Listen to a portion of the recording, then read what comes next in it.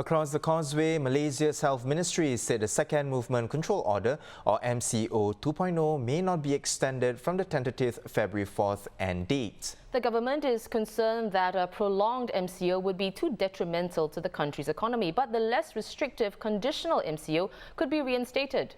Meanwhile, International Trade and Industry Minister Azmin Ali also dismissed calls for a total lockdown in Malaysia. Instead, he mooted more stringent procedures like targeted testing and tighter distancing protocols, with the overarching priority to strike a balance between protecting lives and livelihoods. MCO 2.0 was first imposed on January 13th in several states for a period of 2 weeks and was initially scheduled to end on the 26th. It was extended, though, to all states and the federal territories except Sarawak and will now last until February the 4th. Malaysia Bureau Chief Shannon Teo joins us from KL. Shannon, Mr. Azmin is against a total lockdown. At the same time, the Health Ministry said MCO 2.0 may not be extended beyond February 4th. So what are the other options the government is looking at then in this balance between lives and livelihoods? I think we have to look at where the new infections are coming from. And if you look at the daily reports, the majority of new clusters are all coming from workplaces. And when we talk about workplaces, we largely mean factories, we largely mean construction sites, so on and so forth.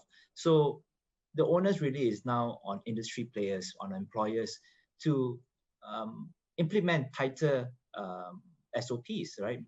Better physical distancing, maybe not so many people in their transport vehicles, the buses and vans that they use to take workers to the workplaces. Many different things, mass testing, so on and so forth. So it's really about increasing costs, as it were. And so there was some resistance to this. Of course, if you run a business, you want to operate on the lowest cost possible. But we've come to a point where that's no longer possible. Either you have to do this or you shut down, you continue an MCO. In fact, we get a stricter MCO. So those are the options being presented to industry players. Implement a stricter SOP, or we're going to shut you down. Right. Well, we want to just compare strategies. Over in Hong Kong, the Jordan area was put under a weekend-long lockdown that was to facilitate mass testing. That aside, Shannon, would this kind of a district-specific lockdown work for Malaysia? Malaysia has actually done something like this. It's called the EMCO, the Enhanced Movement Control Order. And now that's what is it's a total lockdown. You can't leave your houses. The government sends you food rations, things like that.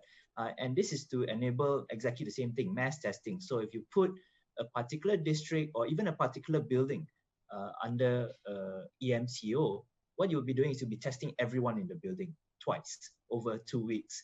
This has happened before. We've seen footage of people lining up to get tested on day one, and then at about 12 or 13 days later to get their second test. And that's how they weed out everyone who has COVID-19 in that area. That can work, but the problem we have in Malaysia right now is, for example, the entire Klang Valley, Selangor, Kuala Lumpur, everywhere is a red zone. There are hundreds.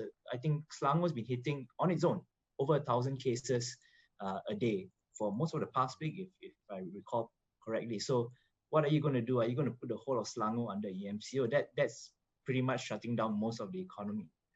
Right. Shannon, we also understand the Health Ministry will be looking to begin its first round of vaccinations at the end of February. What's the latest there?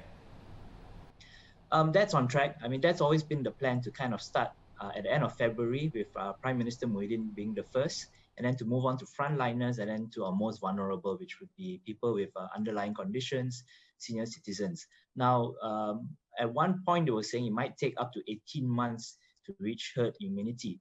I'm not sure if that's still the case, but they want to now immunize something like 80% of Malaysians by the first quarter of next year, or end of this year if it's possible. So they really want to get to that level where most Malaysians, at least most adult Malaysians, because I think the plan right now is not to immunize children, up to 80%, 83%, something to that level by the first quarter of next year. So it is going to be a long process. I'm not expecting to get it maybe until the end of the year myself. So masks, social distancing for me for most of the next few months.